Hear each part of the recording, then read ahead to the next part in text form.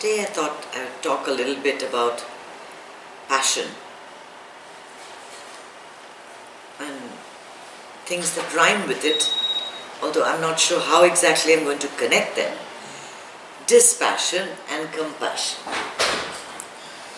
So,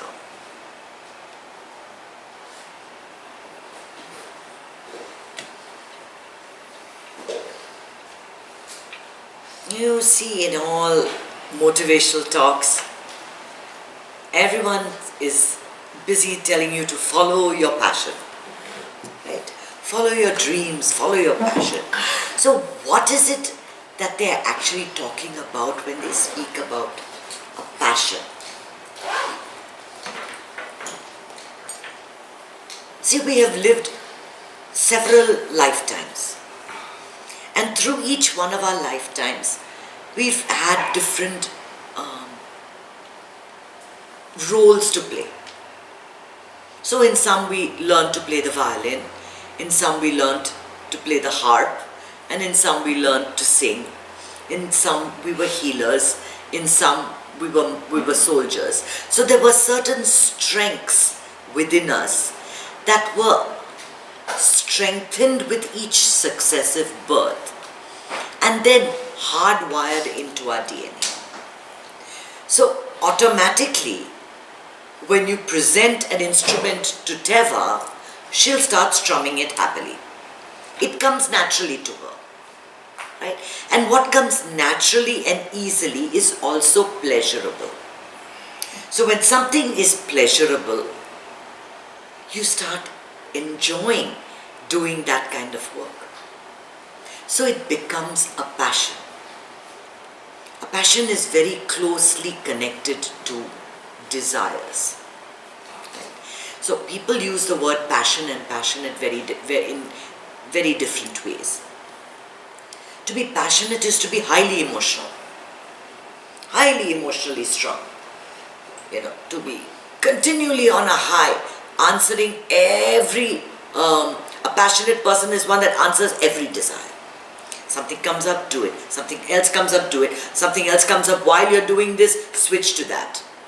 Those are passionate people. People that are doing, that's what we think of as people who are passionate. But being passionate is completely different from having a passion, right? So a passion is something you feel really, really comfortable doing. It is thoroughly enjoyable for you. It may or may not be the career you picked in this life. It may be something you do in the evenings. It may be something you do on the weekends. But when you do it, it makes you extremely happy, extremely content, and extremely fulfilled. That is a passion. So it could be playing tennis on weekends, or learning how to play a guitar and sing some songs and pretend you're a rock star. I mean, we all have little things that we're very, very passionate about. Some like to create things, make pottery, make soaps on the weekends, and you could be a doctor, earning a very lucrative living and enjoy doing something really, really simple. Really simple, but which makes you very, very happy. Who knows, perhaps in some lifetime you might have been a potter, right? And you're holding on to that. When you have a passion for something, you already have a propensity to do it well. So there's a very good chance that you will excel in what you do. Which is why not all of us can become like movie stars or TV anchors or news reporters or writers or doctors. Everybody in their own has followed their passion and reached a pinnacle of success or some level of success. So not all of us not all of us have the same vein of passion flowing within us.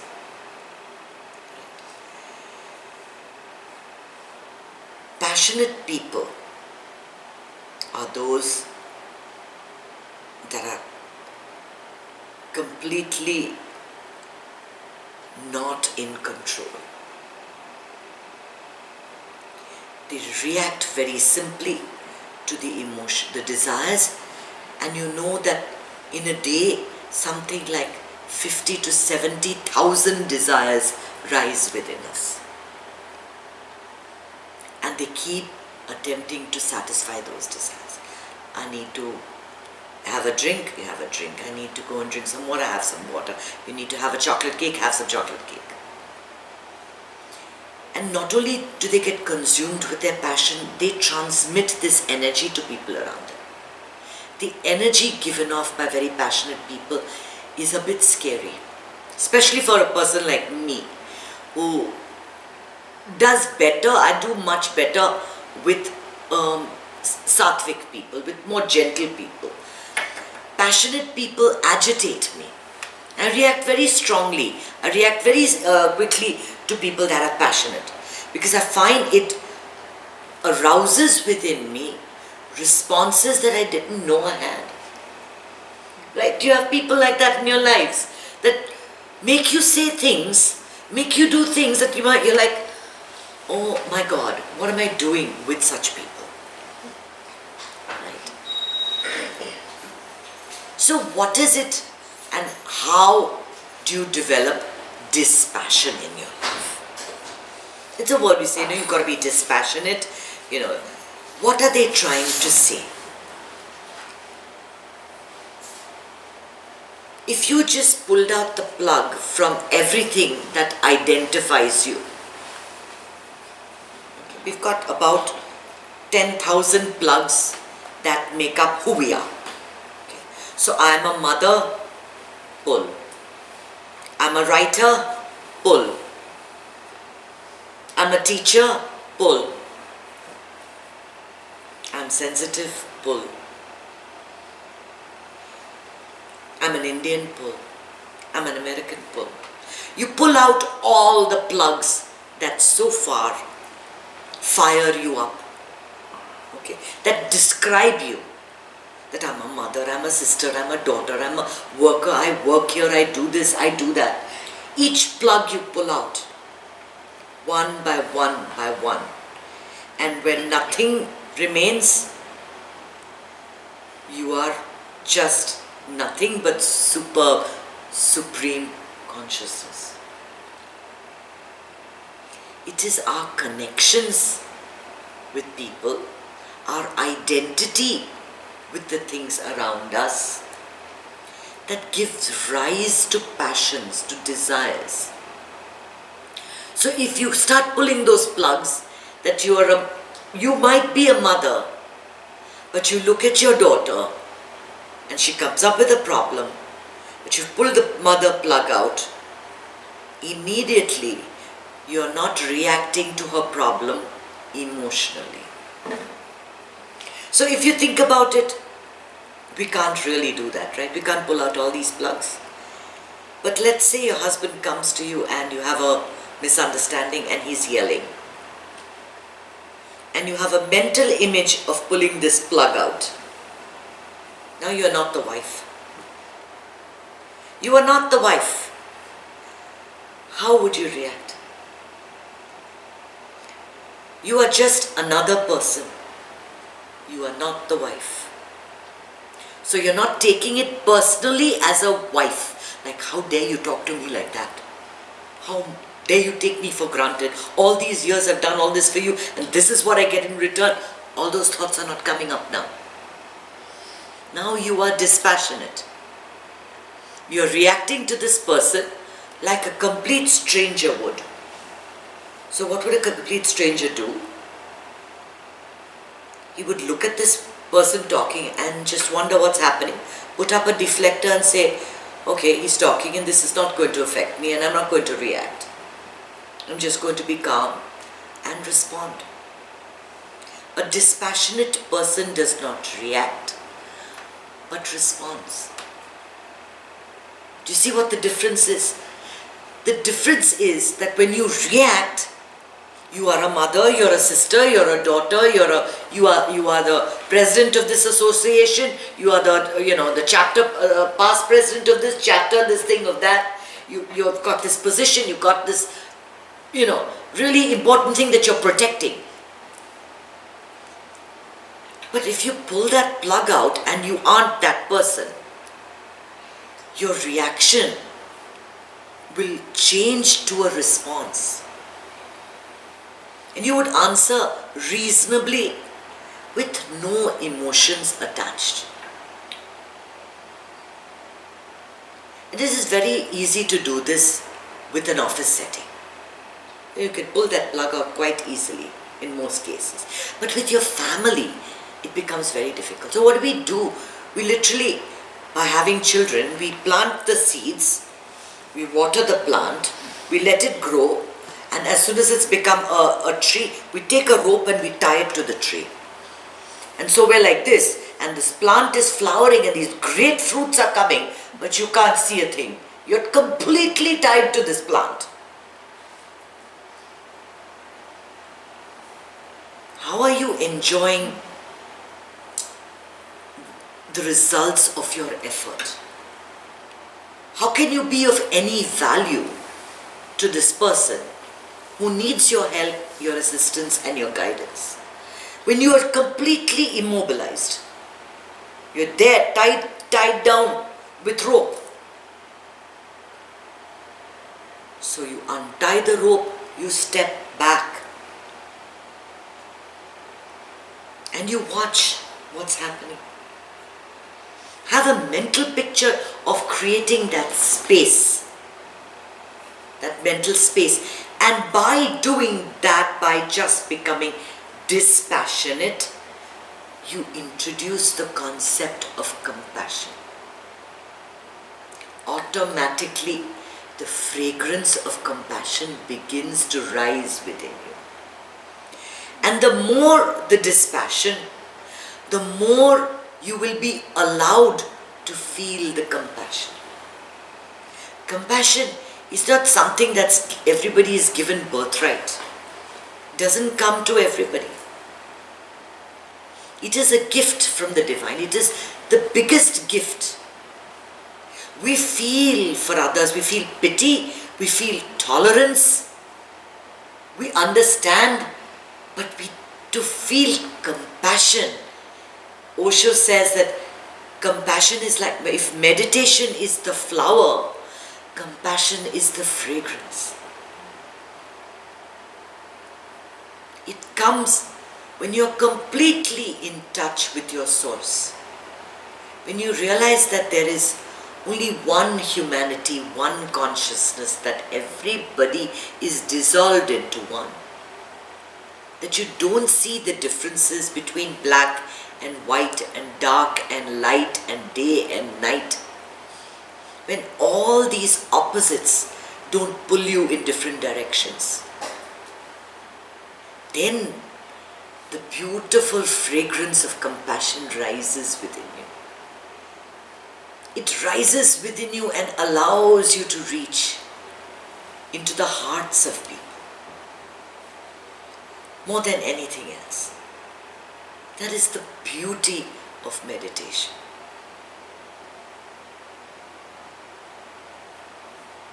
You have a choice. You can stay passionate, getting angry and then being happy the next day.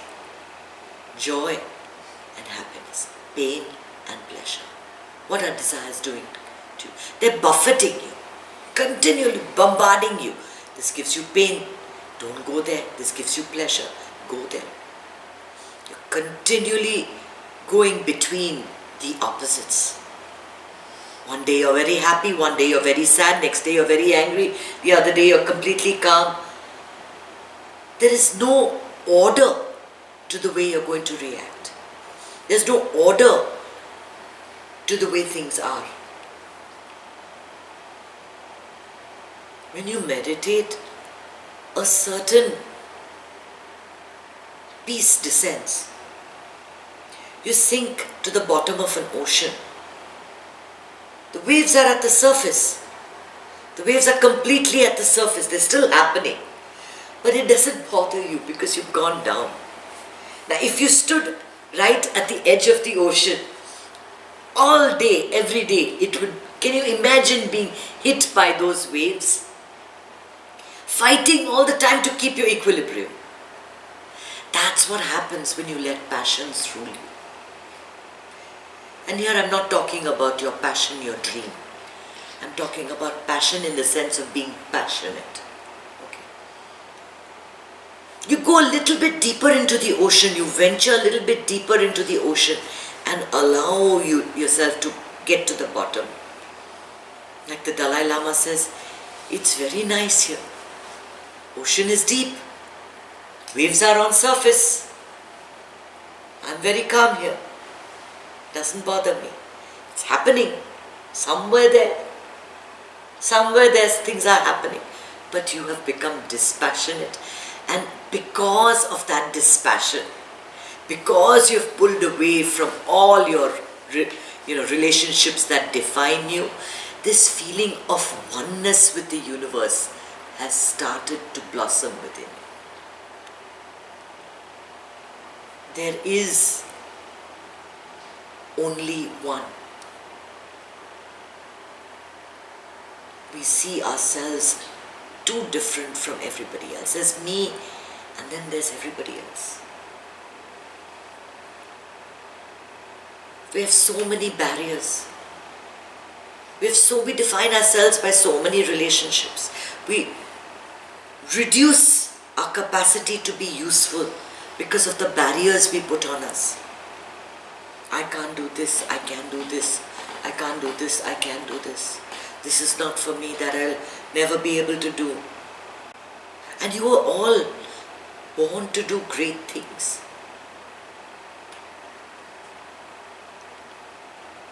Don't let the feverishness of desires consume you, because that is a fire that is insatiable. You can put as much into the fire and it will keep burning, keep burning, keep burning.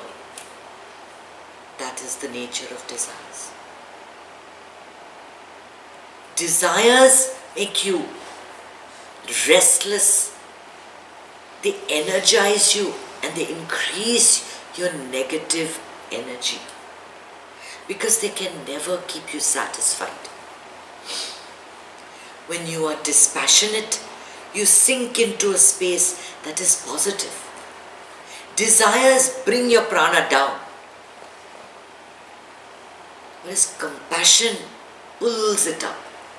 It just brings you into a place of love and caring and just a feeling of being a part of this world, such an integral part of this world, of leaving your mark in a very small way or in a huge way. And it will allow you to discover that which is your passion, which is truly your passion, which you can follow at any point of time.